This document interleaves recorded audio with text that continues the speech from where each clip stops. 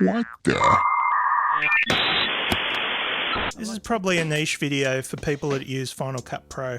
Recently I found a weird little glitchy bug thing when I was trying to animate something. Maybe it goes without saying, but I'm not a professional animator or animation expert. I'll just share what I've learnt.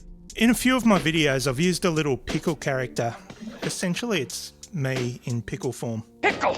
I like pickles. Ouch, ouch. I used a fairly sophisticated process to create it. The various elements are on separate layers and then I just swapped them around to create a digital, like, flicker pad thing. When I started this channel, I thought I'd create a new little intro. When it came to having pickles bounce across the screen, I ran into a problem I'd never experienced before. Here's what happened. I created a compound clip, then added movements via keyframes as I've done probably 1,000 times before. But this time, rather than the expected behaviour, I got some glitchy stuff happening.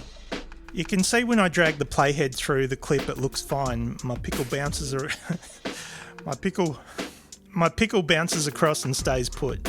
When you play it back though, he looks like he's had about 30 coffees before lunchtime. The only workaround I've found is to use an adjustment layer. There are plenty of free adjustment layers you can download if you don't want to create your own. I found one from one of this guy's videos. I'll leave a link in the description down below. So all you do is drag the adjustment layer on top of the clip you want to move around. Then you do all the keyframe stuff to the adjustment layer. I like pickles. Problem solved. Great success.